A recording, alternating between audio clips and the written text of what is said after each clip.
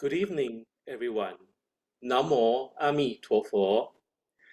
As we are fast approaching Zhongyuan Rite of Transcendental Deliverance, I'm getting questions from Lotus friends about registering their ancestors and loved ones' names on memorial tablets for the rite. I would like to answer their questions, referencing Master Jingzong's answer to an article I shared last May. The article is called Questions Regarding Rites of Transcendental Deliverance. For example, one Lotus friend asked, could I register for a friend's brother who passed away recently? My friend is a Buddhist, but not a Pure Land practitioner. Could I put my friend's name as married dedicator? This question connotes that this friend will not be participating during the rite, since this Lotus friend is registering on her friend's behalf. Will this gesture yield any benefit? Let's revisit Master Jingzong's responses to a similar question. Master Jingzong explains, the effectiveness of the transcendental deliverance depends on three aspects. Aspect number one, depth of the person's virtuous roots and the weight of his karmic obstacles.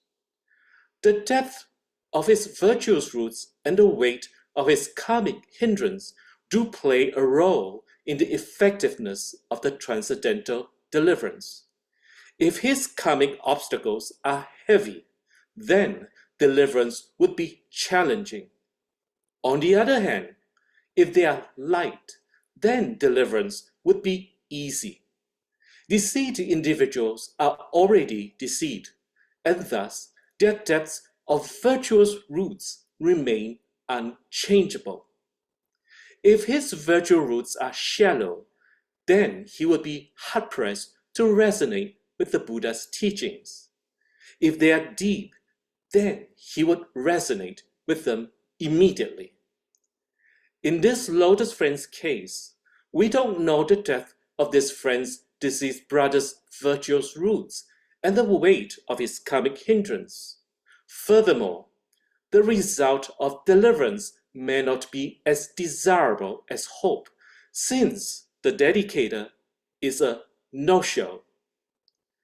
Aspect number two is the most important, and please listen carefully.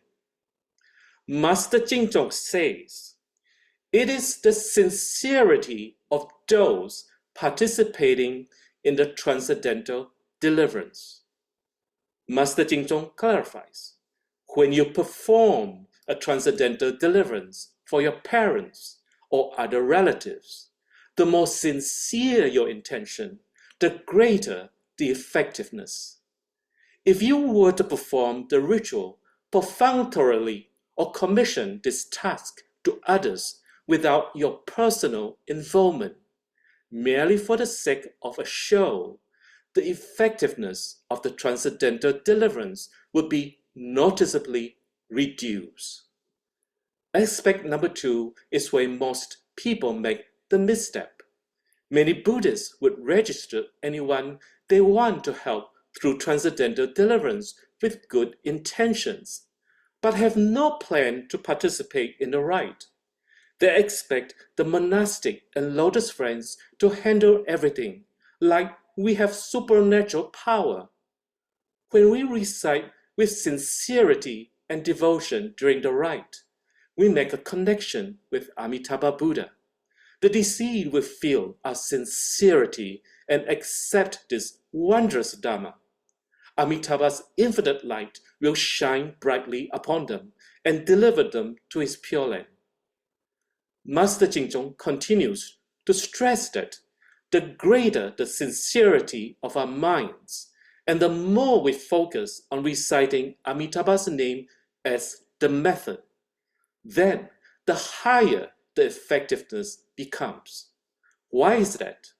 Master Yingguang said in his work, The Writings of Master Yingguang, householders who wish to perform transcendental deliverance for their parents are advised to do so by themselves in their own homes.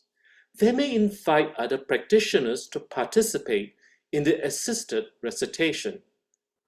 Alternatively, you may invite Dharma masters from monasteries to have them recite Amitabha's name in performing the ritual. However, there is a distinction between when you recite and when others do, considering that the transcendental deliverance is for your parents, as it is easier for you to think, my mother is like such and such. I know how well she's treated me. Your connection with your mother will easily resonate.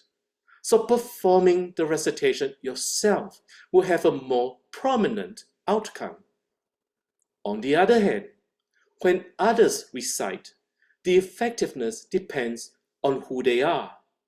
If they are eminent monks, such as Master Jingzong and Master Santao, the benefits will be undoubtedly immense. However, if they are regular individuals, then maybe not so much. Moreover, if I sincerely recite Amitabha's name alongside 100 fellow practitioners, this will certainly make it even more effective. The combined strength from group recitation will yield a more powerful response and further motivate the participants.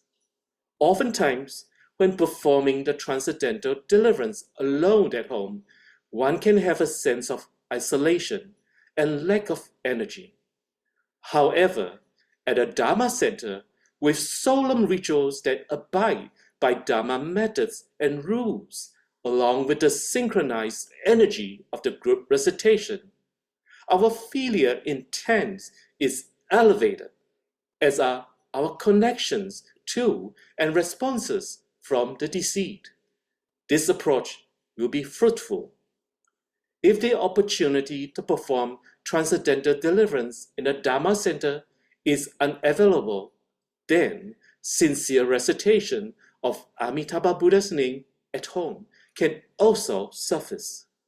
The type of transcendental deliverance that might prove ineffective will be in the case of spending a lot of money to invite numerous monks to recite sutras and mantras. In these situations, it is mostly for show and not that sincere, but exhausting and done with a sense of getting it over with. Master Jingzong said, approaching it in this manner is perfunctory and for show. Ultimately, the effort is futile.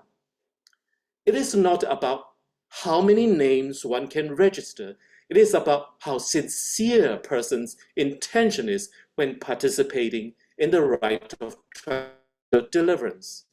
Even when registering for a daily merit dedication or deliverance, the person who registered must participate in the group recitation to gain genuine benefits for the benefactors. Finally, aspect number 3, the method of transcendental deliverance.